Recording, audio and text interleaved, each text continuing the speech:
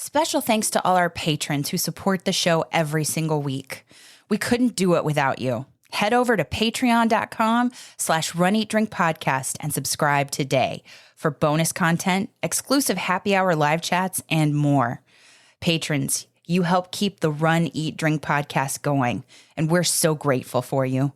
Not a patron yet? Join us today at patreon.com/runeatdrinkpodcast. Help support the show by using our Amazon affiliate link anytime you shop on Amazon for running gear, food, beverages, or anything else the little gray trucks might bring your way. Just use runeatdrink.net/Amazon anytime you shop. It costs nothing extra. It's only one extra click, and it helps us keep the lights on and the bandwidth flowing. Just go to runeatdrink.net/Amazon, and we thank you for your support. Hi, I'm Donna Deegan, Chief Eternal Optimist of the Donna Foundation and founder of Donna Marathon Weekend. You're listening to the Run, Eat, Drink podcast.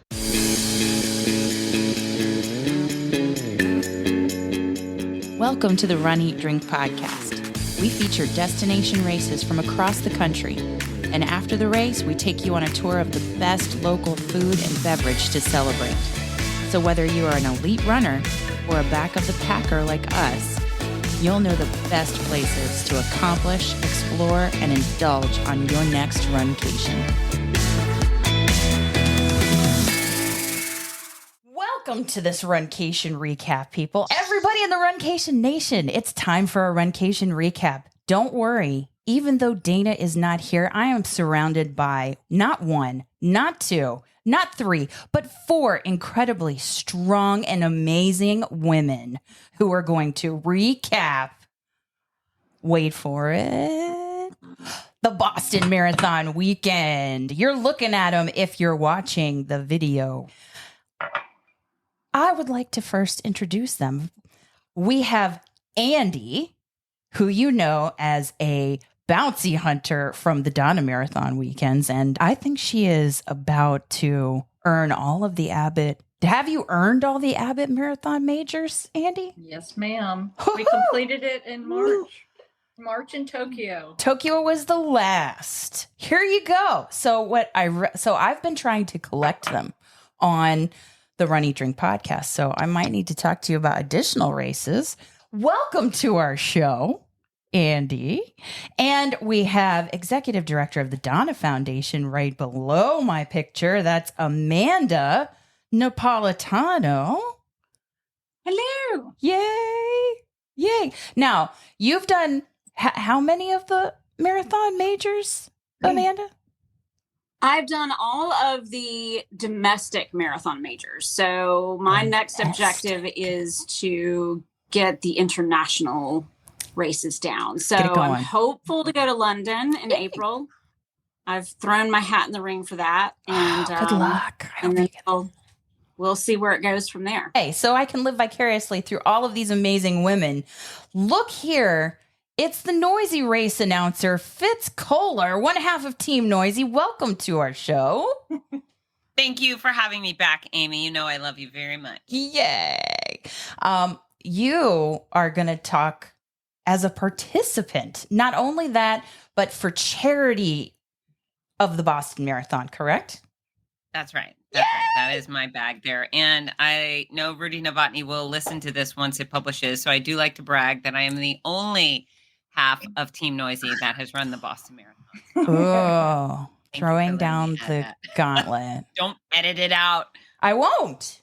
I only do the ums, the uhs, the like, the you know, or if Dana says, you really need to edit that out because I didn't say that. The last, but certainly not least in our crew, amazing representative of 261 Fearless, Babs is here.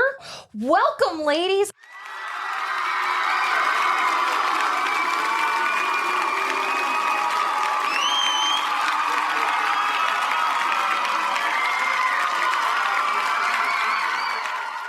Thank you so much for being here from your various corners of the world. Is there anything that you want the Runcation Nation to know about you before we get down to the nitty gritty and talk about Boston? Like how you got into running? in the first place? Whole life is part of sports. Just a soccer player and a cheerleader and all of those things. I was always forced to go out and run. And then as a teenager, trying to manage my weight and just be healthy, I started running for exercise. And I don't think I started doing races until my late 20s. I did it. I think my first race was to support my client who had been going through breast cancer care. And we did the Making Strides run together, and just kept going from there. But I love running. It's a wonderful main event, and it's a wonderful sidebar to other sports. I didn't know she was a cheerleader. Did you all know she was a cheerleader? No, I did not. No, but it makes sense. Here you go. Yeah. Loud. Prize. It does. It does make sense. Babs, how did you, I know you've talked about it a little bit on the show before, but just to review, how did you get into running?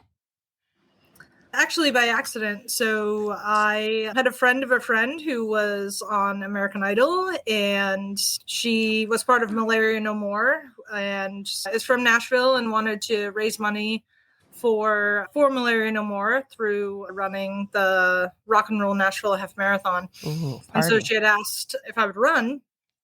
And I said, heck no. I was a softball player. The farthest I had ever run was around a diamond and had never run any race, like not even a 5K. And said that I would go and be their best cheerleader. And I did. And I think that I was successful in that. But being on the sidelines, growing up in Boston, I had never been to the Boston Marathon. And just being there said, this is something that I needed to do. And so the next year I trained and I ran in 2009. And that was my first ever race, and have done a multitude of them since. American Idol. Look at all these connections I'm finding out about now. And Babs, you're doing the 50 states, right? I am. I just finished 29. Ooh. That's impressive. Number 29, what was it?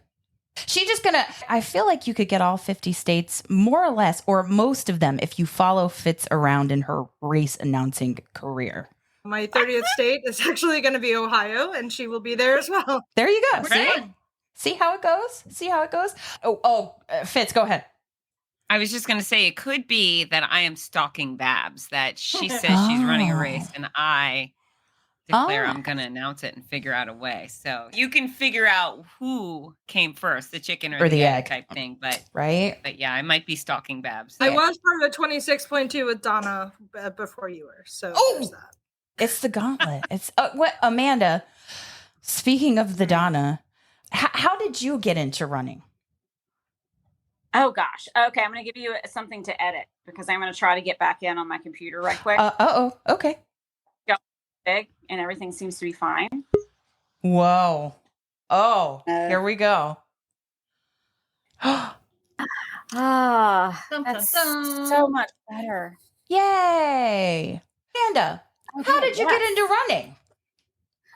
I also ran in school, in high school. I ran some track in high school. I wish we had cross country when I was young. I ran track, traditional track, but my coach put me in literally every event. I ran the mile, the 2 mile, the 800, the 400. I ran them all because I could place in everything. So all of the points. So I wasn't like winning anything, but I could get us some points in everything. I've been really an endurance girl forever.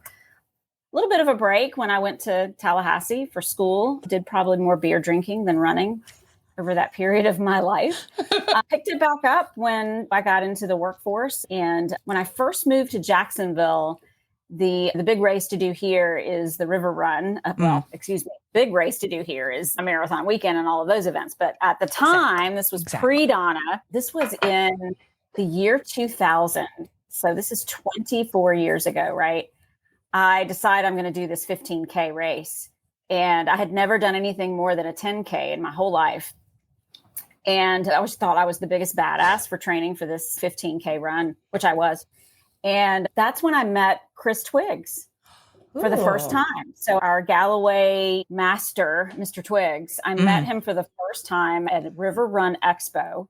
He had long hair and the best mullet you have ever seen ever. Photo. And I know I need to find photos of that. I'm sure they exist. and he had a "What Would Jesus Do" bracelet on. So I'm like, he can't be all that bad. But anyway, this man, I bumped into this man who could have easily been my grandfather. And I was looking at a Disney Marathon expo space, but I was standing like very far back. And he was like, "Are you going to run the Disney Marathon?" And I said, "Oh, I could never run a marathon ever." And he said, "Why? I just did." And I looked at this man and I'm like, if he can do it, I can do it. And so he introduced me to Twigs, and the rest is history. I fell madly in love with the marathon. I trained for my first marathon that year, ran the Marine Corps Marathon in 2001, which was right after 9/11. It was the most emotional day of my life outside of the having kids part of life. It was crazy how emotional that day was because of what it meant for our country. And it was my first ever marathon, and it's in DC, and there's Marines everywhere. They're thanking us, we're thanking them, and we're crying and all of the things. And I just fell madly in love with it. And the rest is history, right? Yeah. Now, Andi, are Abbott's marathon majors, has that always been a goal? How did you get started? No, it's a long story. No, it just evolved. I, like Babs, I was born a tennis player. Oh, okay. And so only ran for punishment through high school and college, and then not much after college for a while. And then probably in 2007, 8, I started running. I met my husband, and he was training for a half marathon. So that was my first actual distance run, was a half marathon, Outer Banks, North Carolina. Just jump right in there. Yeah, I had done like some 5Ks and stuff. And then we moved to Florida. And I remember it's so funny because every year it was such an effort in January to start training for the gate. We couldn't run 2 or 3 miles every January. It was like, oh my gosh, how are we going to do this? And then I ran my first Donna Marathon in 2016 for a friend that had just been diagnosed with breast cancer. So I was training for a half Ironman, and I said, if I'm ever going to do a marathon, I'm never going to be in better shape in my life to do one. So a girlfriend and I did it, and it's a long story from there that just evolved to doing the Donna every year, and then doing a couple of the majors, and then I was fortunate enough to get truly the piece of the puzzle unlocked when I got an offer to get a bib for London 2 years ago. So I got into Berlin 3 years ago with a lottery. So very fortunate. And then, got got Destination Marathons, which no longer exists. Had 8 bibs, I think, for London 23, 22. And then that was the piece of the puzzle, and then just had to commit to Tokyo. And you got it done, and look at where we are. I wanted to bring you all together because you all did Boston or in some way, shape, or form, whether you ran it, volunteered at it, or raised money for charity through it. I just want to know, why Boston for you? What's the why? And Fitz, we'll start with you because it was a charity opportunity to run for a charity. Yeah, so I had actually not really decided I wanted to run a marathon. I had run plenty of halves and other distance races, and my thought process was, you know what? I've never crossed the finish line of a half marathon and thought, gee whiz, I'd like to do that again right now. So I was like, I guess I don't need to do that. But I had said, with race announcing, people always said, have you run a marathon? Would you run a marathon? And I just a few times had flippantly thrown out, you know what? Perhaps I would do Boston if it were for charity. But as of yet, I don't have the hankering for it. Perhaps. And then when I was done with cancer, it was about a year after I finished chemo and so forth. I was interviewing Meb Keflezighi on the Fitzness Show, my podcast. And when I was done, folks don't know, he won the Boston Marathon. The year after the bombing? Yep, 2014, the year after the Boston bombing. And he really solidified his place as a American icon, especially in the running field. And what a sweet man. So world citizen. Boston Yeah. He's a delight. So after that live interview, I got a call from this guy, Vince Varallo, who owns a massive running group on Facebook called the Boston Buddies. And he called and he said, "Hey, Fitz, that was such a great interview." And I only answered because I thought he was calling to praise the interview. I said, yeah, it's true. He was great, wasn't he? He said, yeah, blah, blah, blah. And he goes, "So I was thinking, we've got a charity called The Second Step. It's for domestic violence survivors. They get through their state-funded support, and then sometimes they still need a little extra support paying their bills getting started." He said, "So I'm working with this charity, and we handpicked you. We want you to run the Boston Marathon for The Second Step." And I instantly cursed them out and called him all sorts of horrible names. You did not. I hated him. You did not. I did. No, ask Vince. I gave him an earful, and then I said, "Okay, when do you need to know by?" He said, "How about the end of the week?" And I said, "Oh, give me 24 hours." So I sat and thought about it. I thought, well, there's absolutely nothing on earth other than some harm coming to my children. There's nothing that could be harder than cancer. So after doing cancer for as long as I did and 21 rounds of chemo, et cetera, how hard could running 26.2 miles be? Give me a break, right? And then I see all these normal, average Joes and Janes do it every weekend of the year. And I thought, shoot, why not me? And so I texted Dave McGilvray, the former race director of Boston. I said, "Hey, I just got invited to run your race. What do you think?" And he said, "Why would you not?" And I thought, I love him. Why would I not? So I said yes, and I'm so glad I did. Oh, did you? Our dogs are cheering for you in the background, running for a charity. But now, so Babs, you have volunteered. Have you run Boston? I have not. I've only run one marathon in my life, and that was Honolulu in December. Yay. And I was injured, so I had to walk half of it. So I have a medal that I feel like I still need to earn. But you did it. I completed 26.2 miles. But anyway. Yes, that's it. Yes. Go ahead. I digress. So after I had run a couple of races, I was really interested in getting more involved in Boston. I figure I'm go to all these other places. My hometown race is in my backyard, and people from all over the world come to it. And applied a few times and didn't get in, and then finally got in, and I helped oversee the 5K bib pickup, which was great. And then the Boston bombing happened in 2013, and I work at Boston Children's Hospital, so top in the trauma unit. So all of the pediatric patients that were part of the bombing were on our floor in our unit. And I knew that I had to do something more, but I wasn't sure what. And also potentially had the opportunity to run Boston, but wanted the people who had firsthand care, let them run as opposed to me. But they stopped doing the 5K bib pickup. So now they mail everybody their 5K bibs. And I was contacted and they said, "If you can't do the 5K bib pickup, what do you want to do?" And I said, "I want to be at the finish line." Yes. They said, I mean, there were so many people that didn't want to be at the finish line anymore after what had happened. And I said, "No, this is what I want to do and I need to do." And so since 2014, I have been giving out the medals, and it has been absolutely amazing. And just to get to hug and medal thousands of people who have worked for years and years to either raise money for the race or to actually qualify has been so gratifying. And get across that finish line, and there you are with the medal. And I have to I have to medal all four of these people in Look at video. Coming together.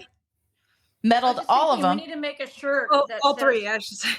On Hereford, left on Boylston, and then right to Babs. Wait, we should totally do that. Of the shoot. Oh my gosh. This is so good. You're brilliant. You're brilliant. Yeah, that's good. You're brilliant. Now, Fitz, you said you had to add something was it just was it the medaling that you were? Well, I was going to say, and how cool, I didn't know Babs gave all of us. So yeah, she gave me my one and only race marathon medal. And then as she finished her marathon, which she actually finished, stop diminishing that, Babs. Exactly. I'm sorry, I don't need to FaceTiming. So I got to be with her for the last couple of minutes of her marathon as she ran down the chute. That was really special. Aw. And I did know so hard. Andi and Amanda at the time that I had given them both of their medals. But the crazy thing is how small the world is, because I actually gave Fitz her medal and we didn't actually know each other until 4 months later. So she ran the Boston Marathon in October. What? And then we had met at the Donna in February. And got to chatting, and she showed me a picture of the person that gave me her medal, who she told me was an old woman, and in fact, an old blonde woman. She must have been the lady giving me the Fritos. So. I'm sorry, a lady giving you the Fritos versus the medal. Yeah, I was pretty. It's a lot of work, Amy. It throws you off a little bit. So I wouldn't know yet. Crappy memory. Yet. Speaking of the hard work, lovely segue there. It's like she podcasts professionally right there. It's a lot of hard work. And to qualify for Boston is a lot of hard work. To get to that race, to start it, to actually finish and go right to Babs, as that shirt is going to say. What did you have to do, ladies, Amanda, Andi, to qualify? Yeah. Lots of training. It took me 20 years. It literally took me 20 years to do it. Yes, I ran my first marathon in 2001 and my first Boston in 2021. It took me 20 years to get there. And for me, let's give a nod to another famous Boston Marathon champion, Des Linden. You just keep showing up. In the rain. Right? You just have to keep showing up, right? There were certainly seasons of my life where qualifying for Boston was simply not the priority. I spent a number of years coaching people to run their own marathons and a number of years raising children. And it was just things that were not...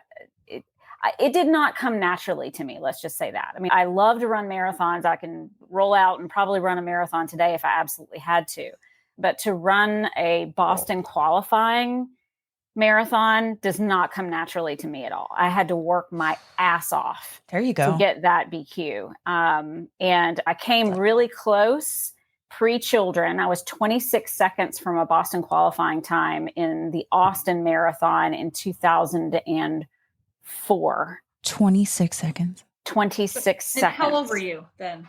2004. I have to use a calculator. What was the time? Yeah, because it was probably significantly different than it is now for us. It was a 2:41:26. Yeah. So that remains my PR. Ooh. And at the time, my age required a 2:40, but you had a minute grace back then. Oh. And so I missed it by 26 seconds. So it was a 3:41:26. But it was at the time, it was a 15-minute PR or something ridiculous. So I didn't start the race that day thinking that was even part of reality, right? I just had a really good day. If you do it enough times from the gun, it's my day. It's a good day. And that was just a really good day. I'm old. So we had the Timex watch. We did not have GPS watches in. You're old. In 2004, and so you've got the Timex split watch that you're trying to figure out where you are. Right, you're just hitting the button, and I just miscalculated what that last little bit would be. But I was stoked for it, and then Ella was born in 2005, so I took a bit of a hiatus for a hot minute. So you brought up a great point. So there are different times for different age ranges in Boston. Yes. It's different for men and for women and for age. So there are charts. You can go and look at them and figure out, okay, just figure out where you sit, and that it'll give you what your Boston qualifying time is. And then lately, and this varies year to year, but lately you've needed a few minutes below that time. If you qualify for Boston, that only gives you the opportunity to apply for Boston. And then once your application is in, it truly does boil down to who's the fastest. And if there are a bunch of women in your age division that have faster times than you, then you might not get an acceptance. In fact, I did not get accepted with my Boston qualifying time upon entry. I was denied. I cried and cried and cried and cried and let it go and decided I would run it virtually. This was right after all the pandemic. It was for the October 2021 race, which was their 150th anniversary. 150? Is that right? Is it the 150th? 125th. 25th. Sorry, I just gave them 25 years. It was the oldest 125th marathon anniversary. Yeah. The speculation is that potentially the international runners were having a hard time getting the clearance to get to the United States to run because of the pandemic limit, the various different guidelines that we were all under to keep everyone safe. And so just randomly one day out of the blue, I got accepted. And my phone started blowing up. Before I even knew I was accepted, my phone, just people were texting me, "Oh my God, did you just get in? Did you just get in? I know you just got in. You had to have just gotten in." And I did. So it was a really weird journey that way. But the BQ that I earned, the Boston qualifying time that I had got me into both of the October 2021, but also the traditional April of 2022, which allowed me to race with my bestie and running partner, Andi. So I got to experience it, for myself, but then feel like a tour guide of getting to really bring Andi into this. And it was just so much fun. Aw. So much fun. I've seen pictures of you two during that weekend, and I just feel your facial expressions pre-race in those photos is it's palpable, the emotion around it. And I imagine that everybody here has those kinds of pre-race Boston emotions when you think about it, whether you're volunteering, running for charity, running because you freaking qualified with your time and got in. Andi, how does it dovetail into Amanda's story? She was your tour guide, but how did you get there? I got there. My very first attempt was after my first year marathon at the Donna. So the following year, tried again and missed it by 5 seconds. And then you used Donna as your qualifying? I did. You did. See, let this be a tip for you, ladies and gentlemen of the Runcation Nation. Flat, fast, and cool, and crowded. There you crowded go. In a good way. Energizing crowded. The cheering in the neighborhoods to keep you going toward that qualifying time. Yes. So the Donna Marathon in February. Jacksonville. Registration might open very soon. July 1st. There you go. You heard it. There it is. July 1st. It's flat. It's fast. And you got your time the second time you ran it? Third. The third. First time was my Virgin Marathon experience. Second time, didn't really understand how to run marathons, what you had to do. I mean, I knew how to run them, but like how to pace them, didn't trust myself. All the things you learn. Nutrition. Do all these things. So I missed it by 5 seconds. And then the following year, but even so, at that time, I didn't even realize, you need a buffer too. The following year, I'm like, okay, my goal is 5 minutes under my buffer, which I kept telling Mike, my husband, I need a 3:45. I need a 3:45. And so I'm coming across the finish line excited because I don't remember what I had, 3:47 or something, 3:50. And he thought I didn't make it, but that's only because I had told him the buffer. So anyway, that was, I don't remember what year that was. Enter pandemic. Yeah. Yes, but it had to have been 19, February of 19. It was 19, yeah. Okay. Yeah. Pandemic. We're not doing this. And I remember, Amanda will probably remember this, as we ran through the pandemic, when they officially canceled, I said, if one good thing comes out of this, we will run Boston together, because we were thinking our BQs would align. 2 years later, I think it was 2 years they didn't do it, right? In April. They didn't do it. 1 year they didn't do it. The second year it got pushed to October. Yes. But yes, they came back and said you have to requalify. The first year they were going to say if you qualified in 19, you'll get in for 20. And then in 21 they came back and said you have to requalify. How stressful. How stressful. scheduled to run a Chicago marathon, which was the day before the October Boston marathon. And that's where I was having to use that for my BQ. And so Amanda and I were texting, and I was getting all the cheers. I still have a cowbell cheer that she sent me the morning of. It's like one of my favorite videos. Anytime I need inspiration, I'll send it to you, and you can plug it in there. Oh, God, please. Yes. Sorry. Yes. So I BQ'd in Chicago. I knew I probably had enough buffer. And then the next day, Amanda's running Boston. And then in April, we ended up in Boston together riding a school bus. And we had a 26.2 mile dance party is what we said. We had dancing and beverages along the way, hugs and smiles and cries and everything that goes into it. Battling the Babs in the finish line. It was epic. It's perfect. It's perfect. I love how that Babs is the connective tissue amongst all three of you.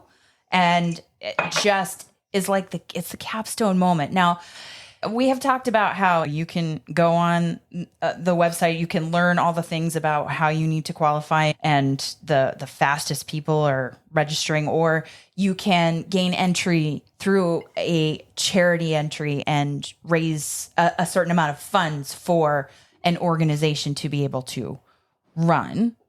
Is there a registration process, Babs? Is that like stressful? Do you have to do something to be able to volunteer? Yeah, so you have to apply when you become, you have to apply every year, but once you're a volunteer, you basically have status, so you can continue as long as you send in your application, you did something absolutely crazy the year before, you automatically get to become a volunteer the following year. But definitely you have to have some kind of in or qualifications to become an initial volunteer. And you do it for 261 Fearless, which has a connection to Boston. Somebody might have. I don't do it for 261 Fearless. You don't? You don't? Okay. I'm a coach for 261 Fearless. I help with the charity team, usually at the dinner the night before and at the briefing and all that. But I am just an individual volunteer, yes. Yes. And I had higher status because I work at a hospital, so I have CPR and first aid, and so they look always helpful for those things as well. And especially at the finish line now, both of those are required. Oh, good to know as a perspective from the volunteer standpoint. Now, okay, so to travel to this race, if you have gained a charity entry, if you have run the times, gotten through the registration process, okay, how did you all get there? How did you travel? Babs, you're local, so did you? I am. I live 30 minutes north of Boston, so it's just a quick ride for me. So you're like, I don't need a hotel. I don't need an Airbnb. I'm just going to stay and drive in from home. So yes, we're going to get to traffic tips, just a brief race morning traffic tips from a local. However, the three ladies that had to travel in, how did you, you flew into the airport, and did you rent a car? Did you Uber? What are your travel tips for getting there? I thought it was like traveling anywhere. I just took Delta Airlines over to Boston, and I think I took a Lyft to my hotel. Yeah.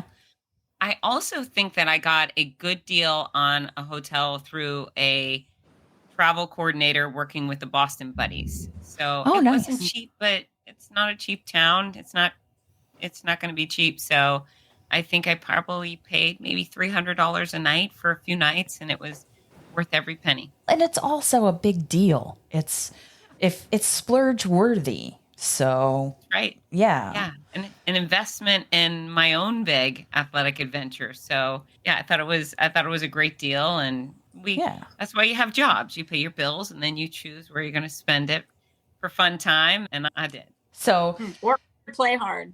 Work hard and play hard. Work hard and play hard. Did you ladies did you do the Uber and Lyft thing or when it came to traveling too? Never had. I don't think I've ever rented a car ever. Really? Boston. I've leveraged the it's so easy to get around that city, whether you choose to Uber or Lyft or any of the ride shares, taxis. Babs, what do you call your subway system? T. The T. The T. It is also really easy to navigate. You can definitely leverage it. There's great lines from the airport that gets you anywhere you need to be. You can even, as a spectator, if you have family coming to cheer you on, they can leverage the T to get out onto the course and see you a few times. A little study in advance required, but it's definitely possible. But I think it's a great transportation city, right? It's like visiting, I don't want to say New York, but there's lots of public transportation options. You definitely don't need to rent a car. Big city types of availability. So they know they're a big city, so they do it right in terms of transport. It's also super bike friendly, and they have like the little Uber bikes. So Uber bikes. Weather permitting, I did that a lot last year and the year before. And it's, I watched try to talk lanes. Into doing that many times when we were there together the last time, and he's no. Just, come on, let's take the bike, Mike. No. But he wouldn't? Oh, Andy. Oh, he does. So you got there. Now, do you recommend a certain hotel for proximity? Do any of you recommend a certain hotel for proximity to the expo, to the start, to the finish, anything like that? I can't remember where I was. I was in Cambridge. That's all I can tell you. Oh. Yeah. There's so many hotels, but they're packed. Definitely do your research. If you think you've got the time that gets you in, go ahead and look at that stuff way in advance. Book it. Hotels are great about, you can book that hotel and cancel it if you need to. Yeah. Because they definitely fill up fast, and they know that they're going to fill up. So the rates begin to jump. When I got in, I didn't have very long to plan. In fact, I'm lucky that I was training for the virtual, because had I not been training for the virtual, I wouldn't have been trained to run it. Because I think I found out 3 weeks. Yeah, it was 3 or 4 ahead of the event. Hello. Oh my God. My daughter was having her 6th. I'm pick up my jaw off the floor. Yeah, it was crazy. So I opted to go with a marathon tours type organization, Destination Marathon, because I didn't have time to research all of that. I just needed somebody to give me event weekend and turnkey. Tell me where to go, what time I have to be there. And I'm glad I did. It was wonderful. They were great. And I had such a good time. That's the way that I went in April also, so that my family could come. And they had a lot of special events for the families, and they escorted my family out onto the course. And so that was really nice. It was well worth the investment. So to look into a company to organize the big pieces of travel, so you don't have to worry, you can just show up, is a good thing. Exactly.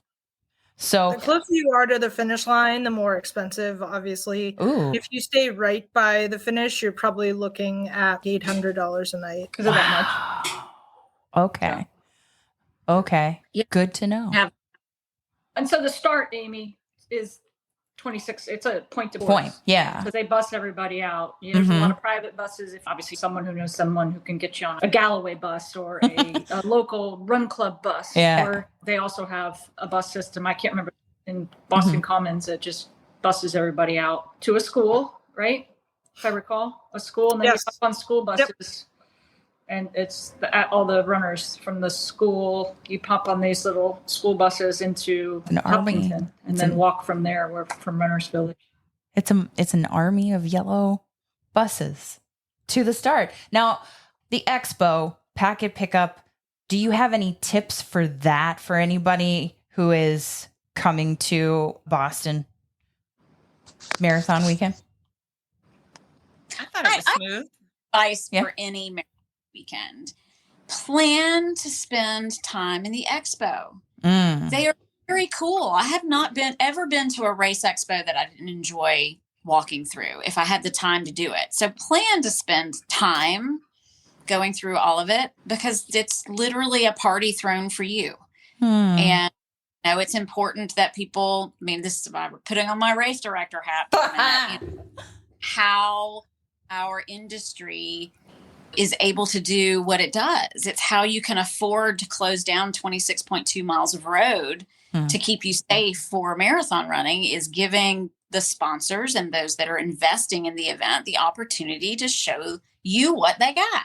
And it's fun. And there are giveaways, and there's hundreds of booths at the Boston Expo. It's really cool.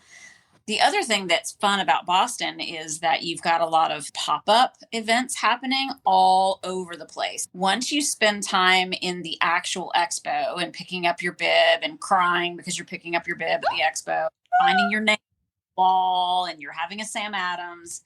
Yes. Every major running brand that lives has some kind of pop-up shop down Newton, which is a block away from the expo. And they have meetups and shakeout runs and parties, and the giveaways it is so much fun. Aw. Okay. Can we talk about how you all felt on race morning and at the start of the whole thing? If all of you could talk about what it's like to be at the Boston start line. Fitz, what was it like for you? Tell us what you felt. Yeah. So I was just happy. I was so cute that you're like, I was crying when I picked up my stuff, and I just showed up. I'm like, yay for everything. But I was just happy to be there. And we had that weird little rolling start.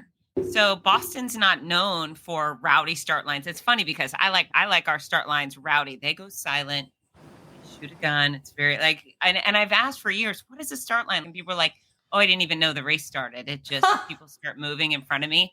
And I've always thought, like, how in God's earth? Because I want music and engagement and raw. But I think I actually lucked out with the October marathon, because it was this rolling start and they just had music playing. And so people were gathering and chit-chatting and hugging. And then we just randomly would decide to cross the start line when we were ready. And so Vince ran with me. Vince, the guy who roped you in. Roped you in. Yeah, roped me in. So he did it with me, which was a lot of fun. But yeah, you cross the start line and you think, holy schmoly, I'm running the Boston Marathon. Here I go. And I really enjoy the downhill parts of the downhill. I really enjoyed the downhill part. The first portion of the race is filled with beautiful downhill parts. Yeah, I enjoyed it. I know it was different than the norm. I'm not sure I would enjoy a silent start. I think I would be highly annoyed by a non-ruckus, rowdy, exciting start line experience, but it worked out for me. 21 was definitely the year I was supposed to be there. Oh. So do you all have Andi and Amanda, did you have a different experience? Were you together? We were in April, yeah. Yeah, in April. And when you were there together,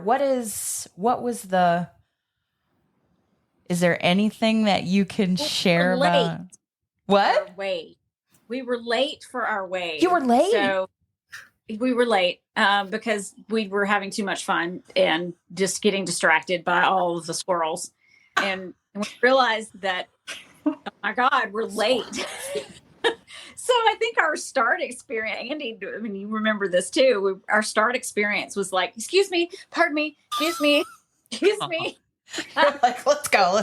Like to the point where we can take a picture of the word start. Oh. I have a picture of the word start because I think it was rolling that year as well. Oh, okay. Well, it was still rolling, but our wave had already gone. And so we managed to get through like the wave behind us, and they let us go ahead and start.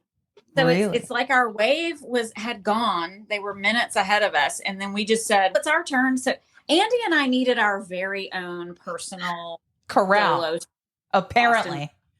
Full of 22. That's really what it was. It needed to be all Just so you know, you are the stragglers that are when I yell go and 1,000 people cross the start line, and then there are these wackadoos running up 3 minutes later, showing up and fixing their bib. I'm like, where the heck were you? Everybody else know where to be. That's you. You're getting Get with the program from me next time I see you. Get with the program. Let's start. Okay.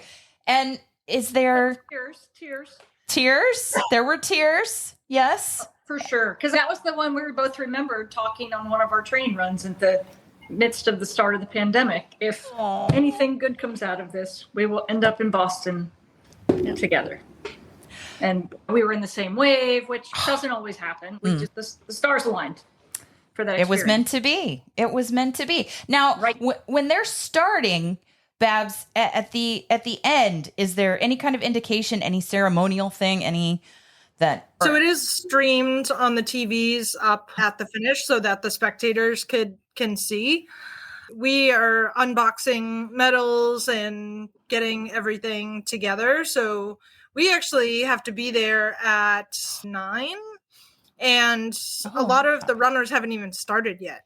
So we are there. I think the elites start at like 9:30 and 9:40. So most of the run, nobody really has started. Maybe the wheelchairs did, but for the most part, we're there before everybody else even starts. And then it's just, once we're unpacking medals, it's just a big waiting game. And then we hear the bells ringing when the elites come through. And then again, it's a little bit of a waiting game. And then the faster runners start to come through. And then it just becomes mass chaos for the next 8 hours or so. You have a marathon of your own. Yes, long days. Definitely a long day, putting my feet up at the end of the day. I imagine. So Babs, yeah. Other than the three of us, who's the most famous or person you have medaled? Ooh. I think the most significant person, he's really not famous, although he could be famous. There was, on the day of the bombing, there was an older man that was on the cover of all the newspapers. Oh, wow. And he had fallen right at the finish line, and you could see the smoke from the bomb behind him. And it like propelled him forward. And he was like 80 something years old. And then in 2014, I gave him his medal. Wow. I have massive goosebumps. Wow. What a moment. And I'm sure that you had other moments. Before we get to the finish line moments, can you just, I imagine it's Boston. So you have water, you have what, Gatorade or Powerade or all of those things. Nutrition is there for you along the way, right? Beer. Is there beer? Yeah. Is there Fireball? I'm sure we found. Are there other things? Yeah. Like, what did you find along the way in terms of on-course entertainment and nutrition and hydration? Anything that you remember? My favorite things were Santa Claus, because Santa, the best, and Spencer, the dog. Spencer, yeah. I got a couple good Spencer kisses. Yeah. And I stopped at every single hydration station. I did not pass one. And I'm so proud. This is my pro tip. Cut out caffeine 5 days before a race if you don't want to pee the whole time you race. Caffeine is an irritant to your bladder, and you will be far more likely to have to stop and pee if you have caffeine in your system. So I cut that out. I did stop for every water, and I think they had Morton's. Martel? What is that? Anyways, whatever their electrolyte beverage was, it was great. I had several people on the course that gave me some potato chips as I ran by. And potato chips. That's a new one for me. But also, the crowds were freaking obscene. And so I don't really get to speak to all of the other races I'm at because I stay at the start and the finish, and I see nothing in between. But the Boston fans were mind-blowing, and I wore a sports bra with my name in bold letters sublimated on it, so they were shouting for me. A, I was family, and B, I was about to win. They weren't just yelling, "Go Fitz!" They were like, "Go Fitz! Oh my God!" Just the intensity, the guttural cries for me as I ran. Even at mile 11, they were doing it. It was just a really sweet group of people that made the experience 1,000 times better than if I were running here through Gainesville, Florida, 26.2 miles. I can't think of anything more boring, but Boston was anything but boring. And I never once along the way thought, gee, I wish I wasn't here. And I didn't pee once the whole time. And Vince peed multiple times. So I felt like champion of the Boston Marathon. So your pro tip is cut out caffeine 5 days before the race. Yeah. I'm going to have That's a lot of days, Fitz. Yeah, that's a lot of days. I'm know. going to have to sit with that for a minute. Decaffeinated Diet Coke to the rescue. Yeah, Okay. it worked. I really just didn't want to have to pee the whole way. So I didn't. Yay. It's a pro tip. And Fitz is a trainer, and just there you go. There's a tip. Now, ladies, you talked about dogs. You talked about crowds that were insane with the guttural cheering, which we have not really. It feels like the heart of the city was in these people as you passed them. To me. Well, that's what you get when you have an event that has been consistently run for 120. What are we in this 127th year? Yeah. This year, there's just such history that it's truly a part of the culture of Boston. Yeah. And already have a culture that loves itself, right? Bostonians love Boston. Yes. You know, they just, Babs, you live in an amazing city and a community. And Crazy. It's on Patriot Day. It's a holiday for everybody. It's generational love for that event. And by extension, you as a participant, and you feel it. And you just don't get that feeling anywhere else. You really don't. Andy, So you're nodding your head yes. Yeah. No, I agree with everything they both said. Yeah. Yeah. And it's, you know, like Amanda said, it's a holiday. There's always a Red Sox game. Ooh. You know, you're going through 8 townships as well. So smaller towns that literally shut down for this race. Like if you're not doing that, I don't know what you're doing, because uniquely they're just very small little suburbs of, I mean, would you consider them suburbs? 26 miles out? Yeah. Of, good to have a but local. they're just historic. I don't know. It's super unique. Yeah. Okay. We have heard about, I have watched documentaries about Heartbreak Hill and all of this, and it starts downhill and then it finishes uphill. You all train for hills is what you would say, correct? No? No, Florida. You can't, right? We're flat. Properly in Florida. So what do? You hurt. You hurt. You hurt. It's hard. It's hard. But you can do hard things, right, Fitz? Come on. You can do hard things. I know. Come on. Yeah. So train as best you can. Was there a part of the course where the crowd didn't carry you, where you were like, I got to get through it, and then something turned it around for you? Was there something challenging, or was it just like a dance party and you're like, yes, I'm in Boston, this is it, it's amazing?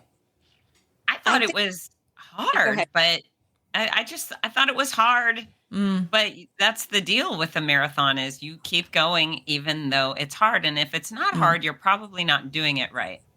It's true. Yeah. I love Boston in that the course it's a challenge, and there's strategy to it. And you don't really get the strategy until you've run it, right? You go, oh, yeah. And that's the reason I'd love to go back. Knowing what I know now about that course, I would have done things differently. I definitely think that if you have the hills to train on, you should definitely train on hills. If you don't have hills to train on, then you need to get your butt in the gym and do some strength work in your legs. In particular, quads. I was excited, and I didn't go hard or too fast, but when you run downhill for the better part of 7 miles, I started to feel my quads at mile 7. And I'm like, oh dear. Because I've done enough marathons to know that if you feel anything that early in the race, you're pretty much screwed. My first experience was I physically couldn't run up Heartbreak Hill because my legs were, and that has never happened to me before. Never had my legs like physically not turn over properly because muscles were just shredded. But that's what makes it fun. That's what makes it challenging, right? You got to go back and figure out how you might tweak it and do it differently the next time.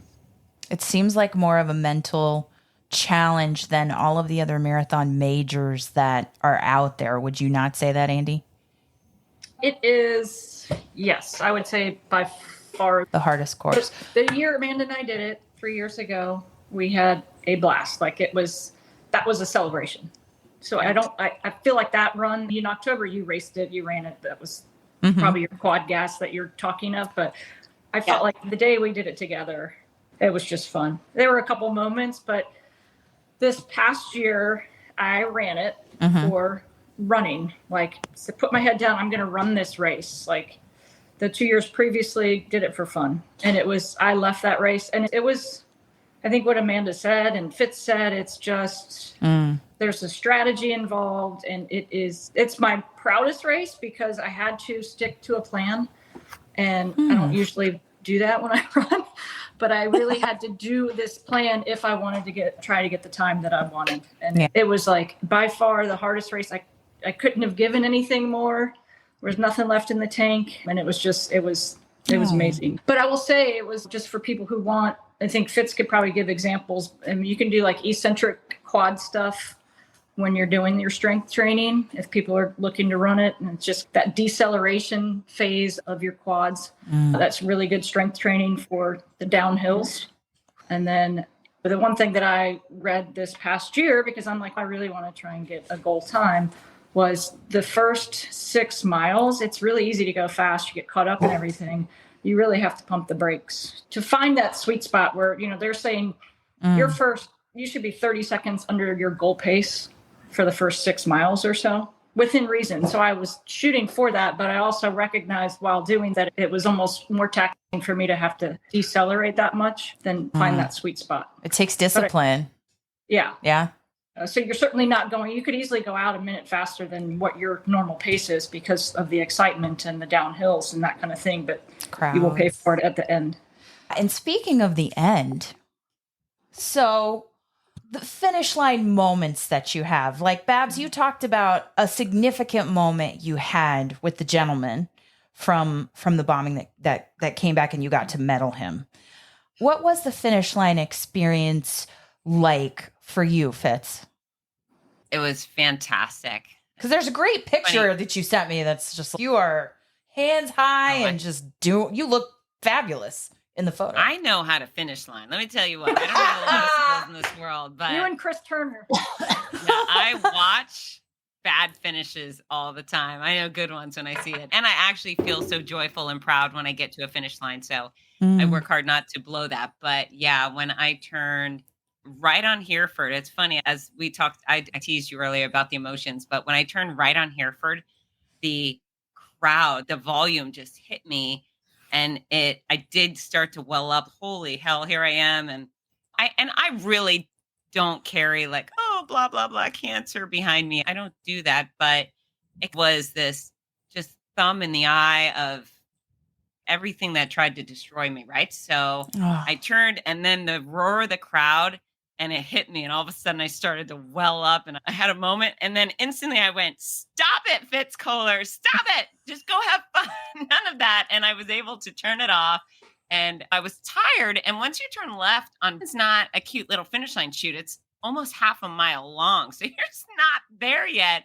So Vince was doing video of me and I was running along. And I think before I got to the finish, I stopped for a little walking break. I just wanted to gather myself so I had enough energy to finish strong. And it was great. Again, they're just cheering, go Fitz. And I'm more of a back of the packer at Boston. In fact, I was 15,000th place or something like that. So the massive group had gone by, and I think the finish line was a little bit emptier when I arrived. So got a lot of personal cheers and just felt so darn proud that number one finger went up underneath the banner. People have asked me if I won, and you betcha I say, of course I did. I did win Boston, and it's just a great opportunity to celebrate yourself and all the work that you put in before you got to Boston. And, it's just about you and all those people getting to the start line, which is a big deal, and getting to that finish line and being a part of history and something so many wonderful people, the fastest and the slowest, have gone. Yeah, it was a real yay me moment. And one of the highlights is, of course, I gained a bestie at that finish line. I don't know if Babs and I would have connected as hard if we hadn't figured that out. And I've done a lot of really cool things in my life, and Boston's probably in the top 5. But with 2021 being that year where it was the first year post-COVID and they made us all get this stupid COVID test and blah, blah, blah. And they put this little bracelet on us. And it's 3 years later, and I still have that little bracelet on. I've never taken it off just because out of all the marathons that I'm a part of, this one was actually for me. And so I'll take it off eventually. Boston, definitely top 5 experience for me. It was wonderful. Oh, so did you two get medaled at the exact same time by Babs? Like, how did this finish line situation work for you, Andi and Amanda and Babs? Were you like eagle eyeing Babs for them and like looking for them? Yeah, so I follow a bunch of people on the app that I know are running, and then I get all the updates on my watch. They're at halfway, they're at 40K, and they finished. And then once they finish, I usually stop giving out, or I slow down giving out medals to other people and just keep my eyes out. My people. Aww. And when you see them, what are you feeling at that point? Oh my gosh, immense pride. Andi has some awesome videos that she had sent from one of her friends who had took the video of me medaling her, and it's absolutely awesome. I need that. I'm just saying. Yes, I'll send those too. It actually, I sent it to the BAA and they put it on one of their stories as it was like leading up to last year's race, and it was from the year before. Oh. Yes. And was it like you were sweating, you were crying? What, from a finisher's perspective now over here, making your way towards Babs, what was going through your mind, Andi? I just want to see Babs. No, I mean, you cross that finish line, your body's whatever it is on that race day. And I don't know how far of a walk it is to there, and you're taking pictures of the chute and you want to get that medal, and it's probably 20 or 50-yard walk, maybe further. I don't know. Babs would know. But you also have the opportunity to have other people who are like, here's your medal. Here's your medal. It's, nope, I got to get it from Babs. So you see Babs and she's like a beacon, and you just, it's like this love story, and you just tunnel vision for Babs. And especially that first one that I got was so special for so many different reasons, for like so many different things that were overcome to get to that day and be there with Amanda. And Babs and I had probably just known each other 1 or 2 years at that. Yeah, just a couple, I would say. And talked about it, and just to see her and her awesome bright smile, it's just amazing. And Amanda's first, I made her a poster. I was like, I'm going to find her. So I made her a poster of all her pictures from leading up to the race. Which was It was amazing. I saw her. It took my brain a minute to realize what was actually happening, because I don't know that I knew she would be there, but I don't know that she snapped on me. She would be the one to medal me. And not only did she medal me that first year and the second too, but there's this literal poster that she had made and laminated with all of these photos of me through the years of what it took to get there. And come on. If you're not crying at that point, you're not. I'm not crying. You're crying. We're crying. I think it's just, I'm not even going to ask you if the bling was motivation, because I can tell that all of your experiences were motivation enough. And the medal is just a symbol. I know you have t-shirts on. You have Babs is sporting the jacket. And oh, look at this medal. Look right here. It's like the unicorn, and you're wearing the unicorn hats. And look, it's what? Is that blue or black behind the gold on there? That's blue and gold. All blue and gold. And then the ribbon is blue and gold. And what does it say on the medal itself? This one was the 125th. So it's bigger than the other one. The other one was more of a silver. Mm-hmm. So this is more of a golden situation because of the year. Anniversary. Yeah. Fine. And this was the year that Andi and I did it, together. Oh, look. Yeah, I can see like the silver unicorn. Yeah. Yeah. And they continue to be very similar in their design. But they are a symbol of what you do. And do you get special swag as a volunteer, Babs? get this cool jacket. So This every cool year, jacket. Look at it. the jackets are the opposite color of the runners' jackets generally. So this year the runners' jackets were, I think, yellow with blue, and so we have the blue with the yellow. And free jacket every year and free lunch. Okay, free lunch. Speaking of food, where's the best place to celebrate in Boston when all the running is done? Where is it?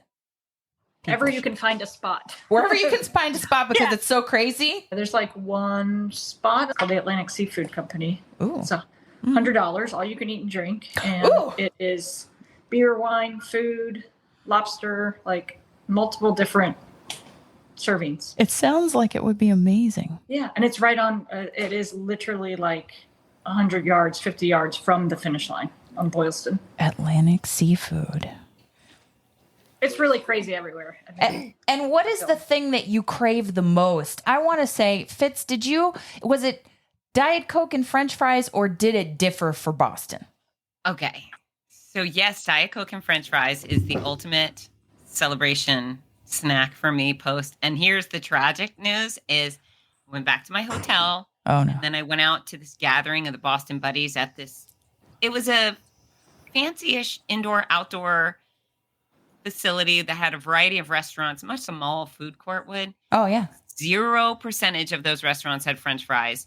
0% of them had Diet Coke. There were Pepsi products, and I was a very cranky marathon finisher. So I had beer, and then I think that's it. I think I got some crappy pasta that made me cranky. But yeah, no French fries or Diet Coke post Boston Marathon. No. Yeah, I'd wait actually a couple of days to fill that need. I know, tragic. Everybody cry me a river, but I'm so sad that your meal was disappointing and your beverage was disappointing.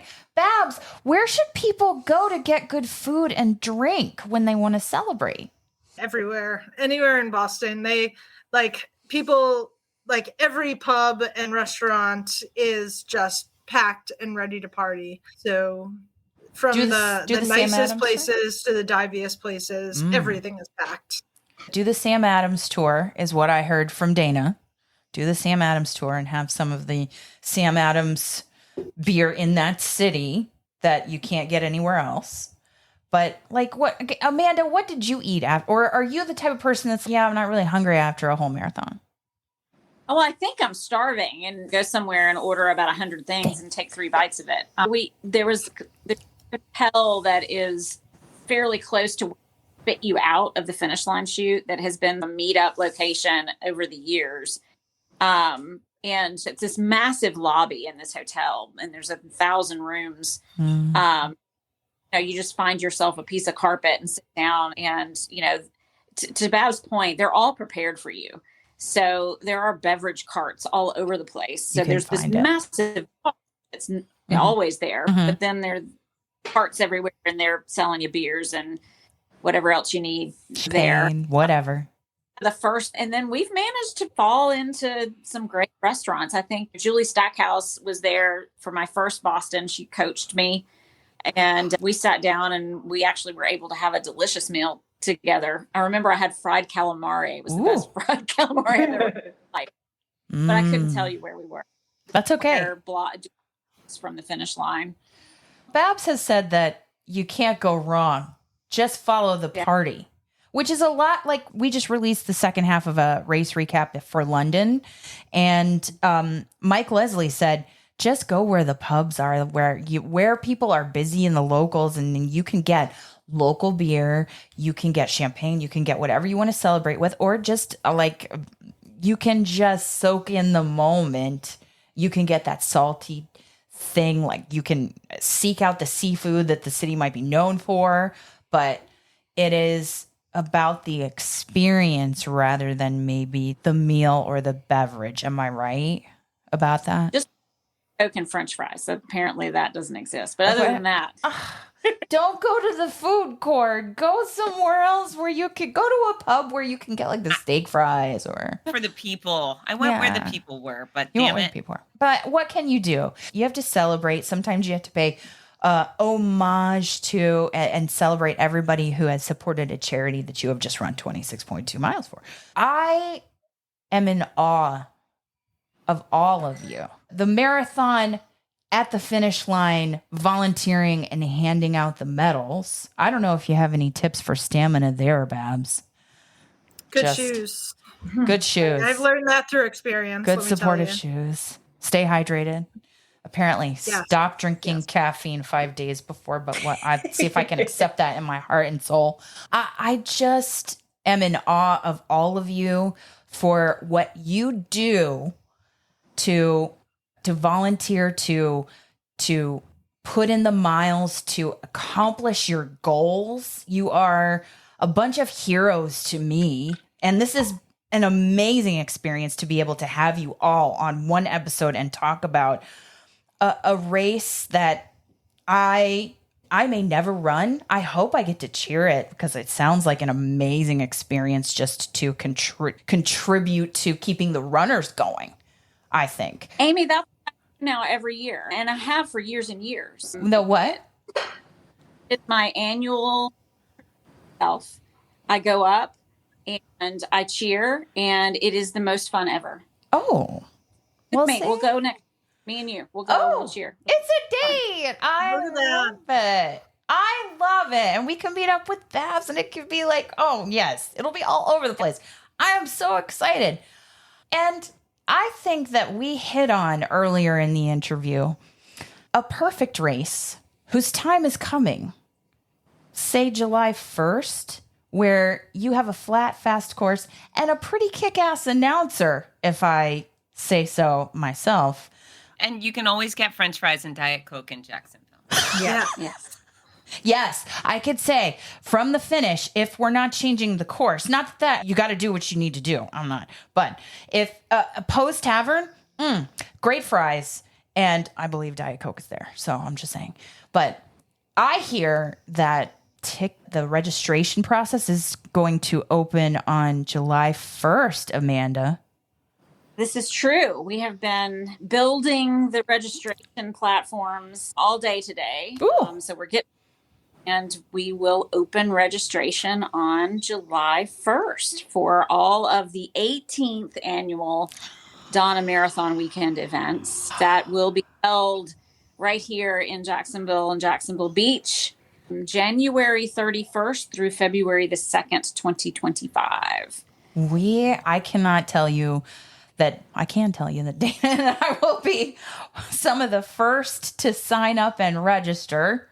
And if you're looking for a flat, fast, and I would say as far as a community that adopts, I haven't cheered Boston, but I think a community that adopts, they could be akin to one another. Would you agree? Having been through Boston. Yes? So, ladies and gentlemen of the Runcation Nation, these fabulous ladies, Babs, Amanda, Andi, and Noisy Fitz, thank you so much. I hope to accomplish, explore, and indulge with you at Donna in 2025. I say I hope, but I know I will. I cannot thank you ladies enough for taking the time to come on and talk about your Boston experiences. It means a lot to me. Thanks for having us, Amy. Thank you, Amy. Yay. Thank you. Good to see everybody. Yay. That's a wrap. So thank you for joining us on your long run, your commute to work, around the house, wherever you are. I'm your host, Amy. And I'm your co-host, Dana. Stay safe and well, and we will accomplish, explore, and indulge with you really soon. Thanks for listening to this week's episode of the Run, Eat, Drink podcast. We're having another great year thanks to your support. Don't forget to follow us on Facebook and Instagram. We're at Run, Eat, Drink Podcast. And on Twitter, we're Run, Eat, Drink Pod. You can also give us a call at 941-677-2733 or send us an email at info@runeatdrink.net. Visit our website at runeatdrink.net and click on the subscribe link so you don't miss a minute. Find out how you can support the show at patreon.com/runeatdrinkpodcast. Accomplish, explore, and indulge right along with us. We'll talk to you next time.